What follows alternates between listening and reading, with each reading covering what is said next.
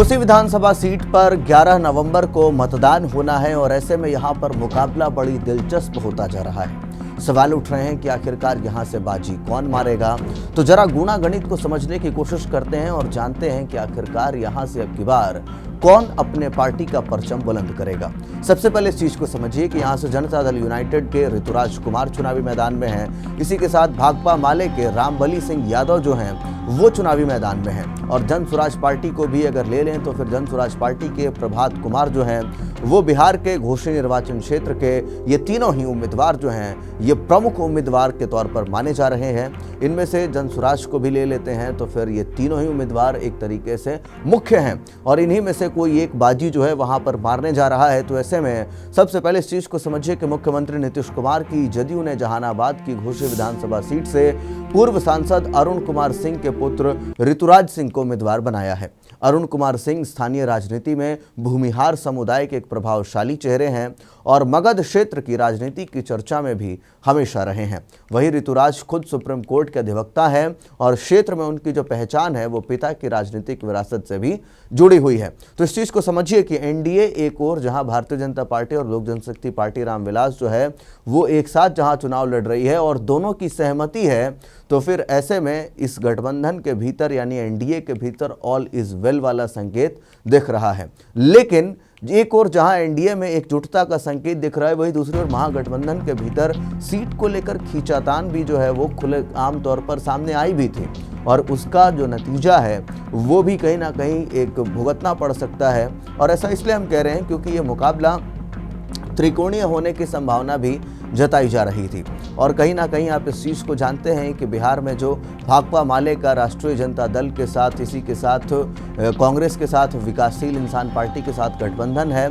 जबकि हुआ क्या था यहाँ पर कि जो ये है रामबली सिंह यादव हैं तो ये क्या किए थे, इनकी जो प्रत्याशी इनकी जो उम्मीदवारी थी ये पहले से ही भाकपा माले ने अपने नाम पर अपने सिंबल पर इनको लड़ा दिया था, इनका जो पर्ची था वो भर दिया था। और ये कहीं ना कहीं दिखाता है कि किस तरीके से एक आंतरिक कलह की बात जो है वो सामने आती है।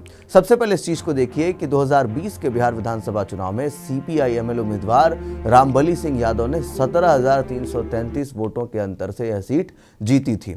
उन्हें 49.07% वोट शेयर मिले थे, जिसके साथ उनकी जो कुल वोट जो उनको मिले थे 2020 में वो 74,712 वोट थे। अब इस चीज़ को देखिए कि उन्होंने जिस उम्मीदवार को हराया राहुल शर्मा को, उन्हें 57,369 वोट जो है वो मिले थे, यानी 37.68% वोट जो है वो मिले थे। और लोक जनशक्ति पार्टी के जो उम्मीदवार थे राकेश कुमार सिंह, उनको 4,762 वोटों के साथ वो तीसरे स्थान पर रहे थे। अब इस चीज़ को ज़रा ध्यान से समझिएगा। अभी हमने जिस राहुल शर्मा की बात की है, ये राहुल शर्मा कोई ऐसे वैसे इंसान नहीं है। ये जिस परिवार से आते हैं उस परिवार का इस सीट पर दबदबा 8 बार रहा है। यानी कि इस चीज़ को समझिए कि यहाँ पर जो दबदबा है वो किस तरीके से इस एक ही परिवार का हमेशा से देखने को मिला है।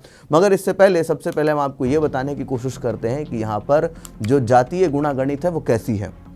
ज़रा देखिए, विधानसभा क्षेत्र में करीब 2.75 लाख मतदाता हैं, यानी कि 2,75,000 टोटल मतदाता यहाँ पर हैं। और इनमें से जो भूमिहार हैं वो लगभग 55,000 हैं, यादव जो हैं वो लगभग 53,000 हैं। ओबीसी वर्ग की जो बात करते हैं जो कि बैकवर्ड क्लास है उसमें 50,000 मतदाता यहाँ से हैं। दलित समाज जो है, पासवान समाज जो है वहाँ से 15,000 मतदाता हैं और मुस्लिम समुदाय से भी 13,000 मतदाता जो हैं वो यहाँ पर हैं। स्वर्ण व्यापारी वर्ग के 15,000 मतदाता इसमें शामिल हैं। तो ये जो 2,75,000 लोग हैं उनमें ये सब जो धीरे धीरे आंकड़े जो हमने बताए 15,000 मुस्लिम, 13,000 पासवान, 15,000, इस तरीके से ये पूरा गुणागणित जो है वो बैठा हुआ है। और यादव वोट यहाँ निर्णायक माना जाता रहा है। मगर घोसी का जो इतिहास है वो 1977 से 2015 तक सिर्फ एक ही परिवार के इर्द गिर्द घूमता रहा है। और जो राहुल शर्मा की मैं बात कर रहा था उनके पिताजी और उनके दादाजी की बात अब मैं आपको बता रहा हूँ। ये कहानी शुरू होती है जगदीश शर्मा से, जिन्होंने घोसी की राजनीति पर लगभग 4 दशक तक अपना एकाधिकार बनाए रखा। चाहे दल कोई भी हो मगर इंसान एक ही जीतता रहा। 1977 से 2009 तक जगदीश शर्मा लगातार 8 बार विधायक चुने गए। ये अपने अपने आप में एक अनोखा रिकॉर्ड है कि इस दौरान उन्होंने कई पार्टियों की सीढ़ियां चढ़ी। जनता पार्टी, भारतीय जनता पार्टी, कांग्रेस और जदयू के साथ दो बार निर्दलीय भी चुनाव जीत करके विधानसभा पहुंचे। लेकिन जब जगदीश शर्मा 2009 में जहानाबाद से लोकसभा सांसद चुने गए तो ये सीट उनके परिवार की ही फिर से विरासत बनी रही। ऐसा इसलिए क्योंकि विधानसभा उपचुनाव में उनकी पत्नी शांति शर्मा निर्दलीय उम्मीदवार के तौर पर फिर विजयी हुई और 2010 के अगले विधानसभा चुनाव में उनके बेटे राहुल शर्मा ने जदयू के टिकट पर जीत दर्ज की। अब देखिए जरा इस बात को ध्यान से कि अब की बार रामबली सिंह यादव जो हैं वो वहां पर इंडिया महागठबंधन के प्रत्याशी हैं, मगर अगर राहुल शर्मा चाहें तो फिर राहुल शर्मा अगर बागी तेवर दिखा दें तो फिर ये वोट जो है वो बट जाएगा और कहीं ना कहीं इस सीट से ऋतुराज कुमार जो जनता दल यूनाइटेड से हैं, सांसद अरुण के बेटे हैं, वो यहाँ से बाजी मार सकते हैं और उनकी जो पैतृक कह सकते हैं कि उनके पिताजी की जो वर्चस्व है उस क्षेत्र में वो साफ दिखती है।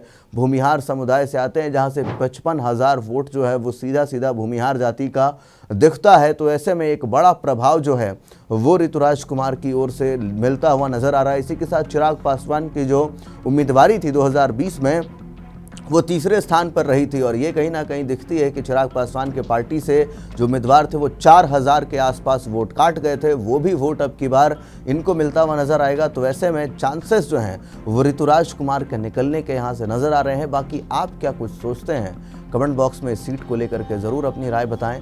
तब तक के लिए दीजिए इजाज़त, धन्यवाद।